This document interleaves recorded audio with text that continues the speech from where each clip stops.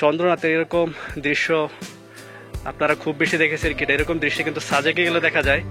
এই বর্ষা মৌসুমে একমাত্র আমরা বলা যায় মেঘের ভিতর ঢুকে গেছি।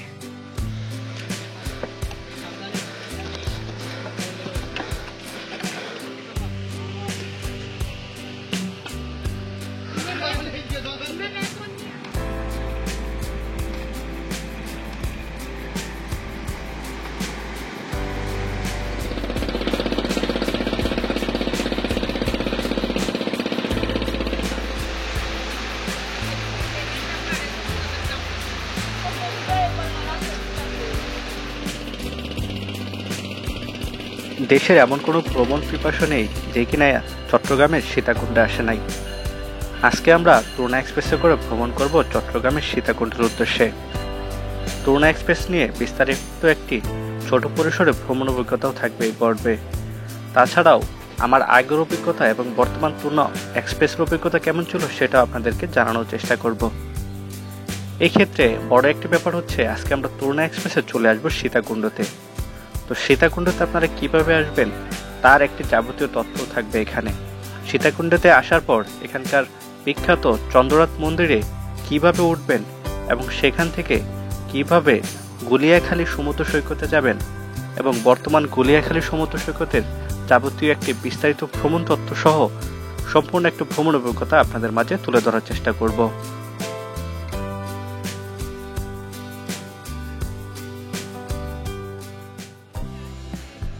আসসালামু আলাইকুম, সকলকে ঢাকা বিমানবন্দর রেলওয়ে স্টেশন হতে স্বাগতম। আজকে আমরা কোথায় ভ্রমণ করতে যাচ্ছি তা কিন্তু আপনারা অলরেডি জানেন। তো আজকে আমরা বিমানবন্দর স্টেশন থেকে তরুণা এক্সপ্রেসে করে যাত্রা করব চট্টগ্রামের উদ্দেশ্যে। আমাদের মূল গন্তব্য কিন্তু সীতাকুণ্ড। আপনারা জানেন একমাত্র চট্টগ্রাম মেল ট্রেন ছাড়া কিন্তু আর কোনো ট্রেন সীতাকুণ্ড স্টেশনে দাঁড়ায় না। সেক্ষেত্রে আমাদের তরুণা এক্সপ্রেসের আজকের সম্পূর্ণ যাত্রা হবে চট্টগ্রাম রেলওয়ে স্টেশন পর্যন্ত এবং চট্টগ্রাম রেলওয়ে স্টেশন হতে আমরা আবারও ব্যাক করবো সীতাকুণ্ডের উদ্দেশ্যে।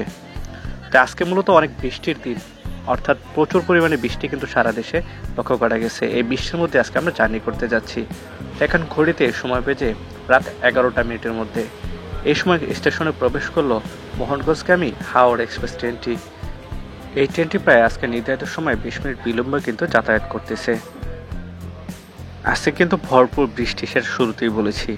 এই ঠান্ডায় কিন্তু অনেকেরই একটা অসুখের প্রবণতা বেড়ে যায়। তা আপনাদেরকে সবসময় বলবো গরম গরম চা থেকে শুরু করে হালকা গরম কিছু সবসময় খাওয়ার চেষ্টা করবেন। এবং ট্রেনের যেহেতু দাম বেশি থাকে তো সেক্ষেত্রে আজকে আমি চেষ্টা করলাম কিছু খাবার এক্সট্রাভাবে এখান থেকে নিয়ে নেওয়ার জন্য। তো এখানে খাবার কিনতে কিনতে কিন্তু আমাদের যে হাওড়া এক্সপ্রেস ট্রেনটি আছে সেটি কিন্তু মোহনগঞ্জের উদ্দেশ্যে ছেড়ে চলে গেল। এখানে 5 মিনিটের মতো একটি যাত্রা বিরতি দিয়েছিল।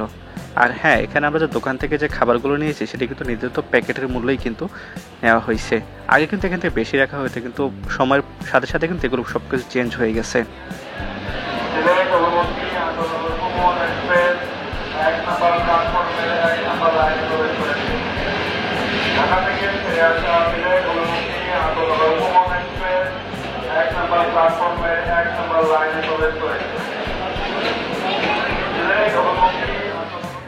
অ্যানাউন্সমেন্টে আপনারা দেখতে পারলেন যে হাওড়া এক্সপ্রেসের পরপরই কিন্তু সিলেটগামী উপবন এক্সপ্রেস চলে আসছে।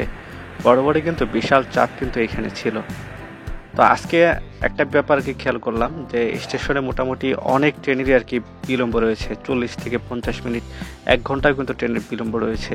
তো এখন ঘড়িতে কিন্তু অলরেডি 11:40-এর মতো। আউটপোর্টে কিন্তু এখনো 3-4টারও বেশি ট্রেন কিন্তু এখনো স্টেশনে প্রবেশ করে নাই। অর্থাৎ মনে হয় 12:15-র দিকে আমাদের ট্রেনটি স্টেশনে প্রবেশ করবে।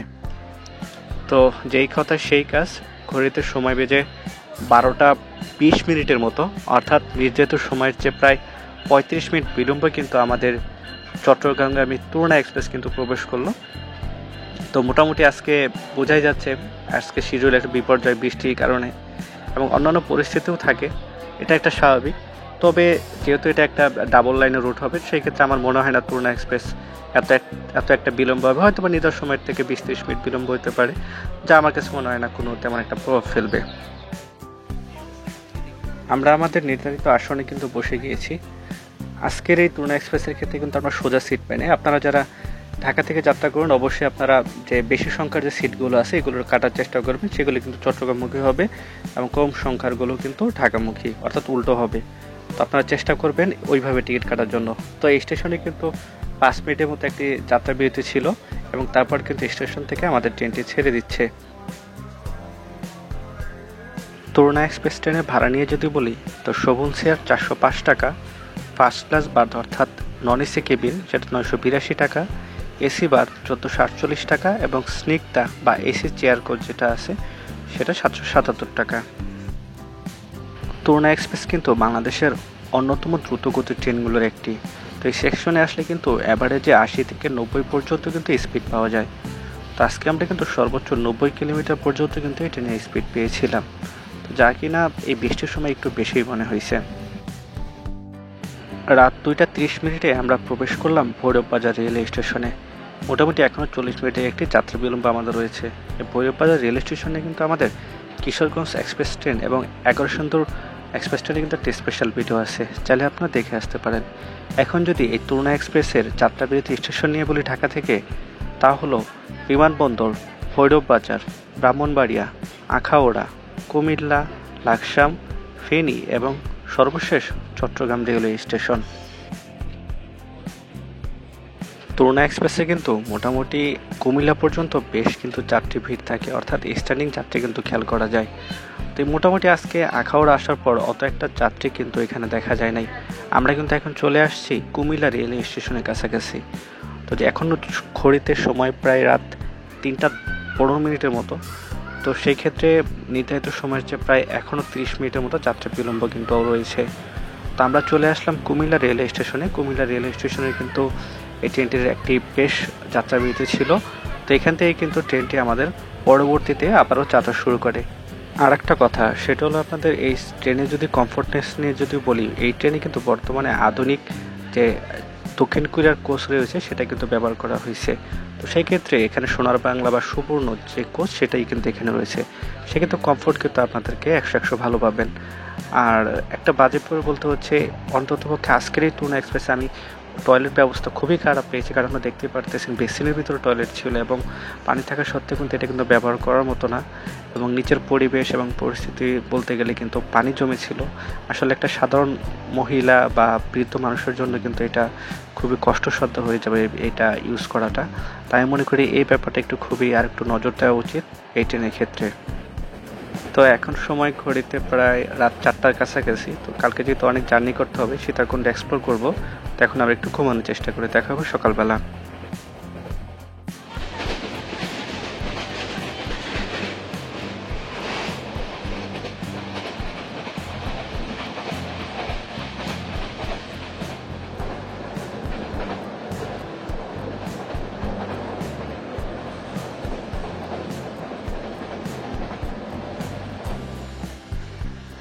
ভোর 5টা 45 মিনিটের দিকে আমরা প্রবেশ করেছি চট্টগ্রাম রেলওয়ে স্টেশনে, অর্থাৎ 30 মিনিটের একটি যাত্রা বিলম্ব আমাদের ছিল।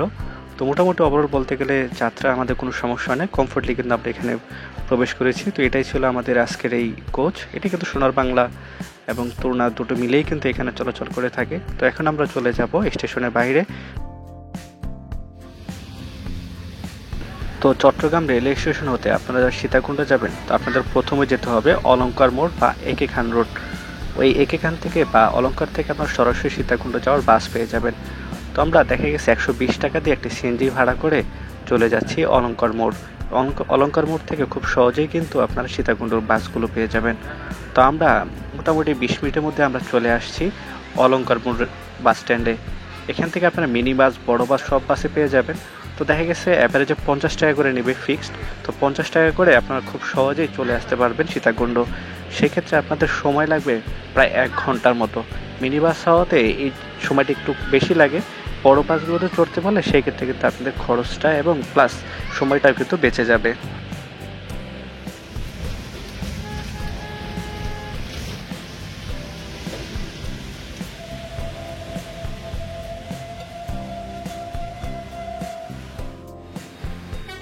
তো এই মুহূর্তে আমরা চলে আসলাম সীতাকুণ্ড বাজার স্ট্যান্ডে। এই বাজার স্ট্যান্ডে যেখানে নামবেন তার বিপরীত পাশে রোড ক্রস করে আপনারা চলে যাবেন। সেখানে ক্রস করার পর আপনারা সরাসরি চন্দ্রনাথ পাহাড়ে যাওয়ার বিভিন্ন অটো রিক্সা বা গাড়ি সব কিছুই পেয়ে যাবেন। অর্থাৎ আপনি গুলিয়াখালী বা যেখানে যান না কেন সীতাকুণ্ড বাজার থেকে আপনাদেরকে যেতে হবে। সেক্ষেত্রে প্রতি সিএনজি ভাড়া পড়বে রিজার্ভ 100 টাকা, এবং যদি জোনপথে যেতে চান সেক্ষেত্রে 20 টাকা পড়বে। আমরা একটা অটো রিজার্ভ করেছিলাম, সেক্ষেত্রে 2 জন ছিলাম আমরা, যেহেতু সেক্ষেত্রে আমাদের ভাড়া পড়েছিল 50 টাকা। চন্দ্রনাথ পাহাড়ে ওঠার পর্বে আপনারা কিন্তু অবশ্যই এখান থেকে লাঠি, ব্যাগ, জুতা যা কিছু আছে এখানে রেখে যাবেন।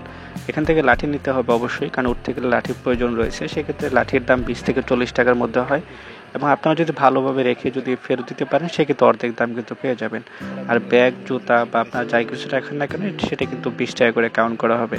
তো আপনাদের ট্রেলের ক্ষেত্রে বলবে এটা আপনারা অবশ্যই করবেন। চন্দ্রনাথ পাহাড়ের শুরু থেকে শেষ পর্যন্ত যেখানে যান না কেন এখানে মন্দির পড়বে। এখানে সনাতন ধর্মাবলম্বীর মানুষদের জন্য এই পাহাড়টি খুবই পবিত্র বলে গণ্য করা হয়। তো এখানে দেশের বিভিন্ন প্রান্ত থেকে মানুষ কিন্তু এখানে মূলত আসে এই জায়গাটিতে পুজো করার জন্য। তো আজকে এই বর্ষাকালে কিন্তু অনেক মানুষ কিন্তু এখানে আসে তাদের এই পুজো করার জন্য। তো এখানে আপনি দেখতেই পারতেছেন, তো অনেক মানুষ কিন্তু এখানে নিয়মিত আসে এবং পুজো করে যায়। আর এখানে চন্দন পাহাড়ে ওঠার ক্ষেত্রে কিন্তু এই গেটটা কিন্তু সবার প্রথমে আপনার চোখে পড়বে, যা কিনা দৃষ্টিনন্দন।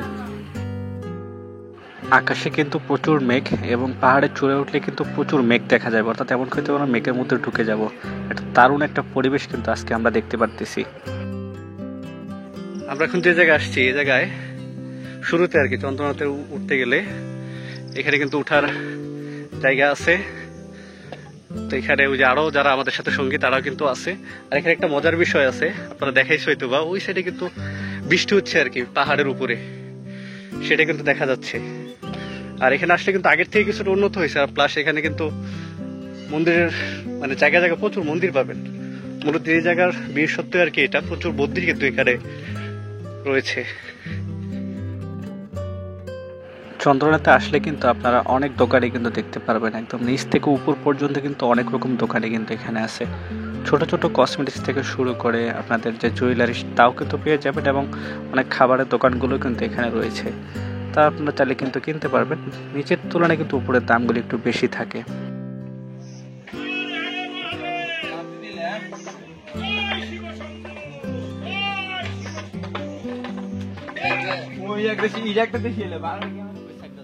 বর্ষাকালে কিন্তু একরকম চন্দ্রনাথ অনেকটা ঝুঁকিপূর্ণ যারা নতুন আসবেন। তো সেক্ষেত্রে প্রচুর কিন্তু এখানে পিচ্ছিল হয়ে যায় এবং কাদাযুক্ত হয়ে যায়, সেক্ষেত্রে চলাফেরা কিন্তু অনেক কষ্ট হয়ে যায়। কিন্তু এখানে আমাদের সাথে কিন্তু অনেকেই ছিল, ছোট বাচ্চা নিয়ে কিন্তু আসছে। তো অনেকেই কিন্তু ট্রেল করতে আসে এখানে। তো যারা নতুন ট্রেলে তাদের জন্য কিন্তু আবার চন্দ্রনাথ কিন্তু আদর্শ একটি জায়গা। তো চন্দ্রনাথের একটা ভালো বা পছন্দের জায়গায় কিন্তু আমার এখানে 2টা রাস্তা ভাগ হয়ে গেছে, একটা হলো উঠার, একটা হলো নামার। এবং এখানে কিন্তু সুন্দর ছোট কিন্তু ঝর্ণাও কিন্তু এখানে রয়েছে। তো এখানে কিন্তু অনেক কিন্তু দেখতে আসে। তো এখানে আপনারা চাইলে পা ভিজে নিতে পারেন, এবং সরাসরি কিন্তু উপর থেকে আসে, ঠান্ডা পানি কিন্তু এখানে রয়েছে। তো আমরা এটার উপর দিয়ে কিন্তু আবার উপরে ওঠা যায়, আমরা বাম সাইডের রোড দিয়ে কিন্তু উঠে যাব উপরে।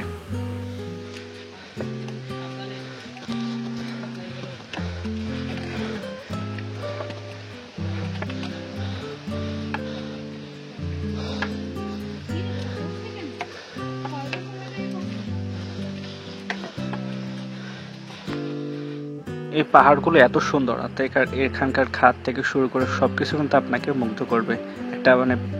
একটা যে ফিল যে আপনি পাহাড়ে আসছেন সেটা কিন্তু এখানে আসলে পাবেন। আর এখান থেকে আমরা কিন্তু প্রায় অর্ধেক পরিমাণ আসছি, দূর দূর থেকে কিন্তু পাহাড়ের আসল সৌন্দর্য কিন্তু এখান থেকে খুব সুন্দরভাবে দেখা যায়। কিন্তু যেহেতু আজকে মেঘ ছিল তাই ওরকমভাবে দেখা যাচ্ছে না এখনো। তো আগে বলেছিলাম এখানে অনেক মানুষই কিন্তু এখানে আসে। তো এখানে ছোটো ছোটো বাচ্চারাও কিন্তু আমাদের সাথে ট্রেল করতেছিল। অনেকে যারা নতুন তারা কিন্তু এখানে ভয় পায়, কিন্তু এই বাচ্চারা কিন্তু তাদের পরিবারের সাথে এই হিন্দু ধর্ম হওয়াতে কিন্তু তারা প্রায় প্রতিবারই কিন্তু এখানে পুজো দেওয়ার জন্য আসে। তো এখানে কিন্তু আমাদের সাথে এরকম অনেক সঙ্গী ছিল। তো এখানে দেখতেই পারতেছেন যে অনেক বয়সী মানুষ এখানে আছে, মুরুব্বি থেকে শুরু করে বাচ্চারা। তো এই জিনিসটা কিন্তু অনেকে উপভোগ করে আসলে। তো নতুনদের ক্ষেত্রে এটা কিন্তু একটা খুবই রোমাঞ্চকর যাত্রা, এবং এখানে কিন্তু বেশ কিছু নিরাপত্তা ব্যবস্থা কিন্তু রাখা হয়েছে। আগে যে জায়গায় সরাসরি উঠতে হইতো, এখন কিন্তু সেখানে একটু সাইডে ব্যালকনির মতো কিন্তু একটা মানে প্রোটেকশন দেওয়া কিন্তু আছে, যার জন্য কিন্তু এখানে কিন্তু ওঠারও কিন্তু সুযোগ রয়েছে। কিন্তু তারপরেও এখানে অনেকটা পথ কিন্তু উঠতে হয়, প্রায় কিন্তু দেখা গেছে 1200 ফুটের মতো, 1300 ফুটের মতো কিন্তু উঠতে হয়। আর এই অর্ধেক পর্যায়ে কিন্তু এখানে একটা মন্দির রয়েছে, এখানে 2টো মন্দির রয়েছে। তো আপনারা যারা আগেও আসছেন তারা কিন্তু দেখেছেন, এখানেও কিন্তু অনেক পুজোর ব্যস্ততা কিন্তু এখানে থাকে।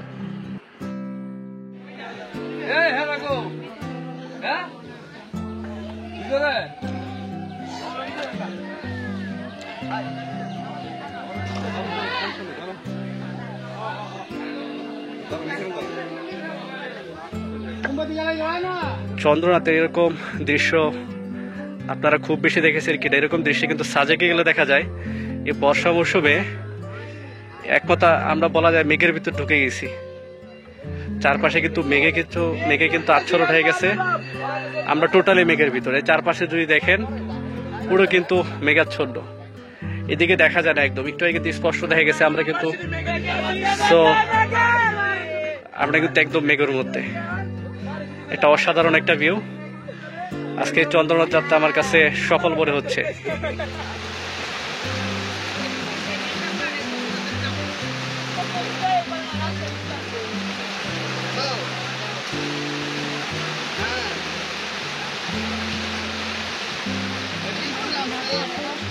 প্রচুর বৃষ্টি কিন্তু পড়তেছে। এই চন্দ্রনাথ অর্ধেক পথে অনেক ক্লান্ত হয়ে গেছিলাম। এই বৃষ্টিতে কিন্তু আসলে আমার জন্য বিশেষ করে খুব ভালো দরকার ছিল, এবং এই জার্নিটা কিন্তু আমার কাছে আরও বেশি ভালো লাগতেছিল এই বৃষ্টির কারণে, মূলত বলতে গেলে। কারণ মেঘ একসাথে বৃষ্টি একটা অন্যরকম ব্যাপার।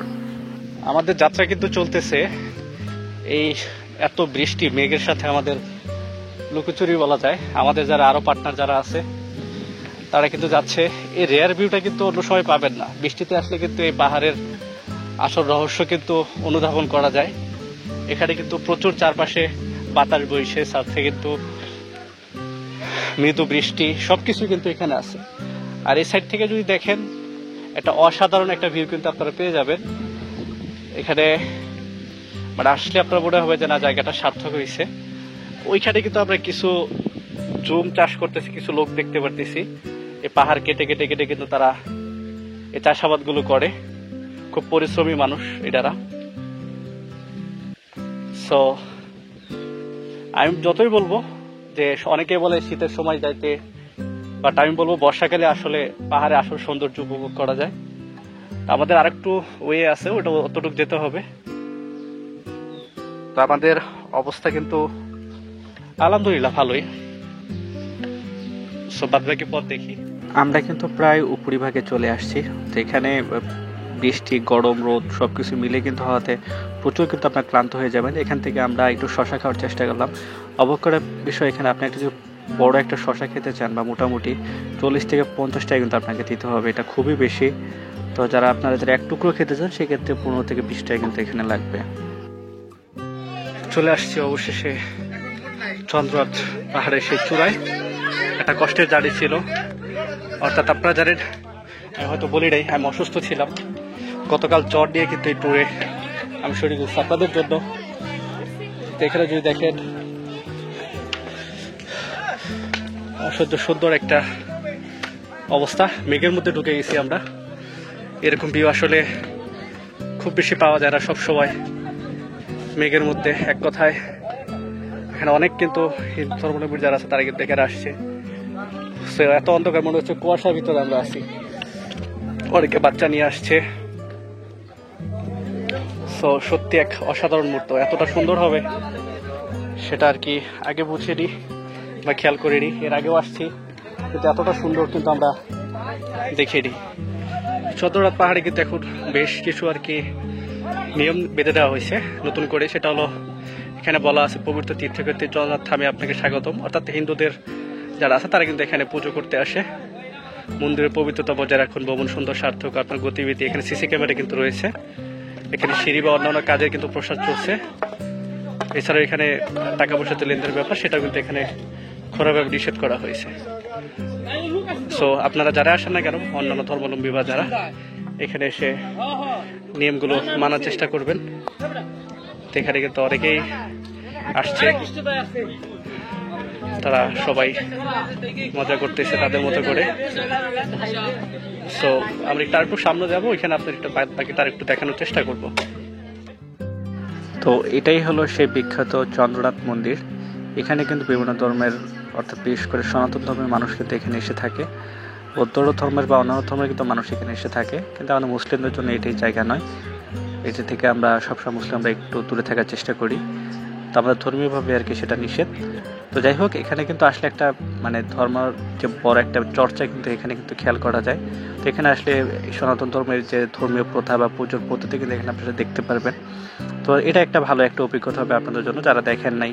এবং এখানে কিন্তু প্রচুর মানুষ একটা সমাগম থাকে আর কি এখানে। তো সবসময় একটা ভরপুর কিন্তু ভিতরে মানুষজন থাকেই, এবং জায়গাটা কিন্তু পাহাড়ের চূড়ায় হওয়াতে কিন্তু অনেক বেশি একটা অন্যরকম একটা মানে পরিস্থিতি কিন্তু এখানে বিরাজ করে। তো যারা নতুন বা যারা আসবেন প্রথম, তাদের কিন্তু অবশ্যই জায়গাটি ভালো লাগবে। আর এখানে এত পরিমাণ মানে আমরা মেঘের মধ্যে রয়েছি যে আসলে বাইরের যে এত সুন্দর ভিউ উপর থেকে, সেটা কিন্তু আমরা মিস করেছি। তো যাই হোক, এটাই একটা নতুন অভিজ্ঞতা, এটা আমার জন্য দ্বিতীয় অভিজ্ঞতা যেহেতু। তো আমরা কিন্তু যেদিক দিয়ে উঠেছি তার বিপরীত পাশ দিয়ে কিন্তু আমাদের নামতে হবে, সেক্ষেত্রে নামাটা সহজ। তো এখানে নামলে কিন্তু আপনারা অর্ধেক কিছুটা সামনে আসলে কিন্তু এখানে সিএনজি দিয়ে নামার ব্যবস্থা আছে, অর্থাৎ বিপরীত সাইড দিয়ে কিন্তু একটা রাস্তা আছে, এটা একটু অনেকটু ঘুরে। তো ওটা দিয়ে কিন্তু আপনার সিএনজি দিয়ে সরাসরি নামতে পারবেন। এক্ষেত্রে একটু ভাড়াও কিন্তু এখান থেকে বেশি পড়ে এবং খাবারও খেতে পারবেন। যেহেতু বলেছিলাম উঠতে গেলে কিন্তু আমাদের প্রায় 3 ঘন্টার মতো সময় লেগেছে, বৃষ্টি বা ওরকম। নামতে গেলে কিন্তু আমার মনে হয় না যে আপনাদের 1 ঘন্টাও সময় লাগবে। আমাদেরও 1 ঘন্টা লাগে নাই, তাই কিন্তু আমরা নেমে যাচ্ছি। রাস্তাটাও মোটামুটি একটু নামার সহজ, কিছু একটু খাড়া খাদ আছে কিছু কিছু জায়গায়, সেটা খেয়াল করে নামলে কিন্তু আপনি খুব সহজেই আরামসে কিন্তু নামতে পারবেন। আমরা প্রায় কাছাকাছি চলে আসছি এই চন্দ্রনাথ ট্রেলের, অর্থাৎ আমাদের পর্ব শেষ হতে যাচ্ছে। তো এখান থেকে আর খুব বেশি সময় লাগবে না, কিন্তু সামনে কিছু খাড়া ট্রেল আছে, তো সেটা আমরা একটু দেখাতে চাচ্ছি না। একটু নেমে তারপরে আমরা সরাসরি হোটেলে গিয়ে আমরা কীভাবে গুলিয়াখালী যাব সেটা কিন্তু আপনাদেরকে দেখাবো, এবং বিস্তারিত পর্ব এরপর শুরু করতেছি। কী অবস্থা সকলে? আজকে মোটামুটি সীতাকুণ্ড ভ্রমণের অনেক কিছু কিন্তু আপনারা দেখেছেন। প্রচুর বৃষ্টি ছিল, আপনাকে তার ওই জন্য দেখাইতে পারি। তো এখন আমরা কিন্তু আমাদের হোটেলে আছি, অর্থাৎ আমরা আমাদের রুমে এখন রেস্ট করতেছি সীতাকুণ্ড বাজারে। এটা আর কি খুব ভালো মানে একটু আমার কাছে মনে হয়েছিল, তো এটা আপনাকে সাজেস্ট করবেন অবশ্যই। এরপরে এখন খাওয়া দাওয়া করার পর আমাদের দ্বিতীয় উদ্দেশ্য হতে যাচ্ছে হলো গুলিয়াখালী সমুদ্র সৈকত। তো আমি এই ভিডিওতে চেষ্টা করতেছি এই ব্যাপারগুলো নিয়ে আপনাদের একটা তথ্য দেওয়ার জন্য। সো এই গুলিয়াখালী নিয়ে একটা তথ্য আমি চেষ্টা করি, যেহেতু বাইরে কিন্তু প্রচুর বৃষ্টি হচ্ছে, বৃষ্টির পরেও আমার চেষ্টা থাকবে আপনাদের মাঝে একটা তথ্য কিন্তু দেওয়ার জন্য। সো আপনারা মানে এই বর্ষা মৌসুমে কীভাবে আসবে এই তথ্যগুলো কিন্তু আশা করি আপনাদের মনে কাজে লাগবে। এখন এরপর আমরা খাওয়া দাওয়া করবো, খাওয়া দাওয়া করার পর আমাদের যতটুকু সময় আছে আমরা গুলিয়াখালীতে দেওয়ার চেষ্টা করবো। যদি কিছু শুট নিতে পারি, দেখাতে পারি, তো ওটা খুব ভালো। তারপর আমরা ওইখান থেকে ব্যাক করবো আমাদের পরবর্তী গন্তব্যে। তো আশা করি দেখা হচ্ছে গুলিয়াখালী। কিন্তু এখন আমরা আছি সীতাকুণ্ড বাজারে। আমরা কিন্তু এখন আছি সীতাকুণ্ড বিচ রিসোর্টে, এটা কিন্তু নতুন হয়েছে। তো এখানে আসলে কিন্তু আপনারা ভালো মানে কিন্তু হোটেল কিন্তু পেয়ে যাবেন। আমরা বেশ কয়েকজন আসছিলাম এখানে কিছু সময়ের জন্য। তো এখানে রুম থেকে কোয়ালিটি সব কিছু আপনারা ভালো পাবেন, এসি আছে, ফ্যান আছে, সব কিছু আছে। ভাড়া কিন্তু দেখা গেছে আপনার সিঙ্গেল বা ডাবল যেভাবে থাকে না, কিন্তু 800 থেকে 1500 টাকার মধ্যে কিন্তু আপনারা এখানে খুব কম খরচে এখানে থাকতে পারবেন। এরপর আপনারা চাইলে সরাসরি সীতাকুণ্ড বাজার থেকে চলে আসতে পারেন গুলিয়াখালী। বেশিরভাগ মানুষ এই গুলিয়াখালী সীতাকুণ্ড বাজার থেকে চলে আসে। তো প্রতি সিএনজি 150 টাকা করে নেবে রিজার্ভ, আপনারা সেখান থেকে চলে আসতে পারবেন। উল্লেখ্য আরেকটা কথা বলতে হয়, ফেরত আসার সময় কিন্তু এটা আপনারা একটু দামাদামি করে নেবেন, কারণ এখানে একটা সিন্ডিকেট রয়েছে যার জন্য কিন্তু দাম এবং সব কিছু একটু কম বেশ করে আর কি তারা সব সময় চায়। তো এটা একটু আপনারা ভালোভাবে খেয়াল করবেন। তো সীতাকুণ্ড বাজার থেকে মোটামুটি 20 মিনিটের মধ্যে আমরা চলে আসছি গুলিয়াখালী সমুদ্র সৈকতে। কিন্তু একটা রাস্তাঘাট খারাপ, সেজন্য একটু সময় লাগবে। আর গুলিয়াখালী সমুদ্র সৈকতে আসলে এরকম একটা দৃশ্য পাবেন, এরকম দেখতে পেলে আসলে অবাক হবেন না। এক্ষেত্রে দেখা গেছে জোয়ারের সময় পানিগুলো এখানে চলে আসে, যখন সেটা ভাটার সময় হয়ে যায় তখন কিন্তু পানিগুলো নিচে নেমে যায়। চাইলে তখন আপনারা এই বাম পাশ দিয়ে হেঁটে আপনারা চলে যেতে পারবেন, বা এই নৌকাগুলো দিয়েও যেতে পারবেন জোয়ারের সময়। এবং জোয়ারের সময় আর কি আসলে যে মেন স্পট, সেখানে পানির নিচে ডুবন্ত অবস্থায় থাকে। তো মোটামুটি এখন যেহেতু বর্ষা সিজন, তাই জোয়ারের পানিগুলো একটু বেশ পরিমাণে কিন্তু এই কুল এলাকা পর্যন্ত চলে আসে। তো সেক্ষেত্রে এখন আশেপাশে সুন্দর যে ভিউ যদি দেখেন, এই এলাকায় আসলে আপনার অবশ্যই কিন্তু মুগ্ধতা কাজ করবে। এবং ওই যে দূরে সীতাকুণ্ডের কিন্তু সেই পাহাড়গুলো দেখা যাচ্ছে। তো যেহেতু পারি আমরা নৌকা করে ওখানে যাব। তো নৌকা করে আপনারা যদি সিঙ্গেল যদি যাত্রা করা, অর্থাৎ এখান থেকে আপনার যদি ওই পর্যন্ত যান, সেই ক্ষেত্রে 50 টাকা, এবং আপ ডাউন কিন্তু 100 টাকা। আপ ডাউনের ক্ষেত্রে দেখা গেছে আপনাদের 1 থেকে 1.5 ঘন্টা সময় দিবে, তো আপনারা চলে আসতে পারবেন। এবং নৌকাগুলো কিন্তু বিভিন্ন রকম আর কি আছে, ছোট বড় সব কিছু মিলিয়ে, এবং কিছুটাই স্বাদ আছে কিছুটাই স্বাদ নেই। তো এইভাবে যাত্রা করতে হবে। তো আমাদের নৌকায় মোটামুটি আমরা 15 জনের মতো ছিলাম। তো এইভাবে আমাদের আর কি যাত্রা শুরু হয়। তো এখান থেকে যাওয়ার সময় একটা মানে খালের মতো চারপাশে একটা জায়গা আছে এক কর্নারে আর কি। তো এটা ধরেই আর কি মূলত নৌকাগুলো যাতায়াত করে থাকে। এখন কিন্তু জোয়ারে পানি নামতেছে, যে জন্য কিন্তু যে ভাসমান যে চর যে জিনিসগুলো সেগুলো কিন্তু ভাসতেছিল। তো সময়ের সাথে কিন্তু জিনিসটা সুন্দর হয়ে যায়। একটা সময় কিন্তু এখানে পানি কমে যাওয়ার কারণে কিন্তু এখান থেকে আর ওই নৌকাগুলো চলতে পারে না। তো এখন ওই যে আমরা ওই দূর থেকে আসতেছিলাম, এখন আমরা যখন রওনা হই তখনও কিন্তু এই চরগুলো ভাসে নেই। এখন যেহেতু ভাটার পানি নামতেছে, তো সেই ক্ষেত্রে দেখতে পারতেছেন চারপাশে কিন্তু চর কিন্তু জাগতেছে। আসলে এই মুহূর্তটা অনেক সুন্দর, আপনারা না আসলে কিন্তু এখানে বুঝতে পারবেন না।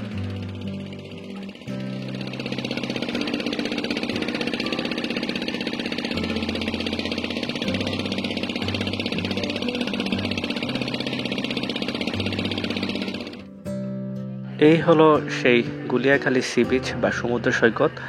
এটা কিছু সময় কিন্তু দৈনিক প্রায় 6 থেকে 12 ঘন্টা পানির নিচে থাকে এবং বাদবাকির সময় উপরে থাকে। তো পানি মাত্র নেমে গেছে, মানে এত সুন্দর পরিবেশ আসলে। তো তরতাজা একটা টাটকা পরিবেশ কিন্তু এখানে পাবেন। গাছপালা সবুজ সবসময় থাকে, কারণ যেহেতু সবসময় এখানে জোয়ার ভাটার একটা ব্যাপার থাকে। আর এই পাড়গুলো কুলগুলো কিন্তু অনেকটা কক্সবাজারের মতো না, কিন্তু এখানে মানে ছবি তোলার মতো বা এবং ওইভাবে কিন্তু গোসল করার জন্য উপযুক্ত না। কিন্তু এখানে আসলে অবশ্যই আপনাদের ভালো লাগবে এবং একটা ব্যতিক্রম একটা সমুদ্র সৈকত কিন্তু আপনারা এখানে পেয়ে যাবেন। তো এখানকার পরিবেশ, ছোট ছোট গাছ এবং অনেক অনেক জীববৈচিত্র্য এখানে রয়েছে। আর এখানে কিন্তু কিছু দেখা গেছে স্বল্প সময় কিছু দোকানে কিন্তু আছে। তো এই দোকানগুলো কিন্তু যখন জোয়ারের পানি নেমে যায় তখন কিন্তু এই দোকানগুলো কিন্তু এখানে তৈরি হয় আর কি, বা এখানে ভাসমান যে দোকান সেগুলো কিন্তু এখানে বেচা বিক্রি হয়। তো পিছনে এখানে মুরব্বী এখানে দোকানের জন্য কিছু কাঠ কাটতেছিল এবং অনেকে কাঠ সংগ্রহ করতে আসে এখানে মূলত। এবং আমাদের মতো অনেক পর্যটক এখানে আসছে ছবি তোলার জন্য, তারা ছবি তুলতেছিল এবং আমরাও এখানে ছবি তুলি। তো আসলে এই বর্ষা মৌসুমটা আর কি অনেক সুন্দর একটা সময়। অনেক হয়তো বা শীত সময় আসে তখন একরকম, কিন্তু বর্ষার সময় একটা আলাদা অন্যরকম। তো আমার কাছে এই সময়টা সবচাইতে প্রেফার করে সব সময়। তো যাই হোক, এখন যদি আপনার পেছনের দিকে যদি একটু দেখাই, ওই যে পিছনে কিন্তু ছোট ছোট কিছু ঘর আছে, এখানে কিন্তু কিছু দোকান আছে, অর্থাৎ কিছু টুকটাক জিনিসপত্র আপনার চাইলে এখান থেকে কিনে নিতে পারবেন। তো আসলে এই পরিবেশটা আপনার ভালো লাগবে। তো যাই হোক, এই ছিল আমার এই সীতাকুণ্ড পর্ব নিয়ে একটি স্বল্প সময়ের একটি ভিডিও। তো আমি চেষ্টা করেছি দুটো হটস্পট গুলিয়াখালী এবং সীতাকুণ্ডর চন্দ্ররোদ পাহাড় নিয়ে একটা ভিডিও তথ্য তুলে ধরার জন্য। আশা করি এই ভিডিওটি আপনাদের যাতায়াত এবং আগামীতে কাজে লাগবে। তো যাই হোক, দেখা হবে নতুন কোনো ভিডিওতে নতুন কোনো জায়গায়। এবং অবশ্যই আপনাদের মতামত এবং কিছু জানার থাকলে আমাকে জানাবেন, এবং কোথাও যদি যেতে চান এবং সেই তথ্য যদি লাগে তো আমাকে অবশ্যই আমার পোস্টে কমেন্ট করবেন। এই ছিল আজকের ভিডিও। সবাই ভালো থাকবেন এবং সুস্থ থাকবেন। দেখা হবে নতুন ভিডিওতে। আল্লাহ হাফেজ।